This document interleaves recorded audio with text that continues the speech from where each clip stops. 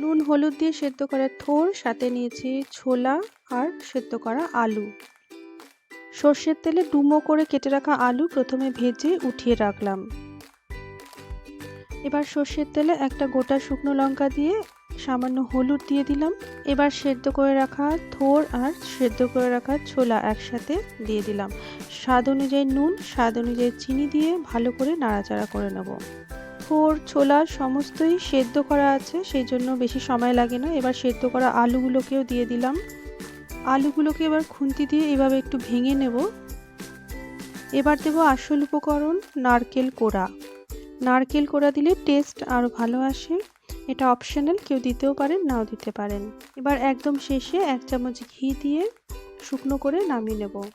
গরম ভাতে ডালের সাথে খুবই ভালো লাগবে। ভিডিও ভালো লাগলে আমার চ্যানেলকে সাবস্ক্রাইব আর শেয়ার করে দেবেন। অসংখ্য ধন্যবাদ।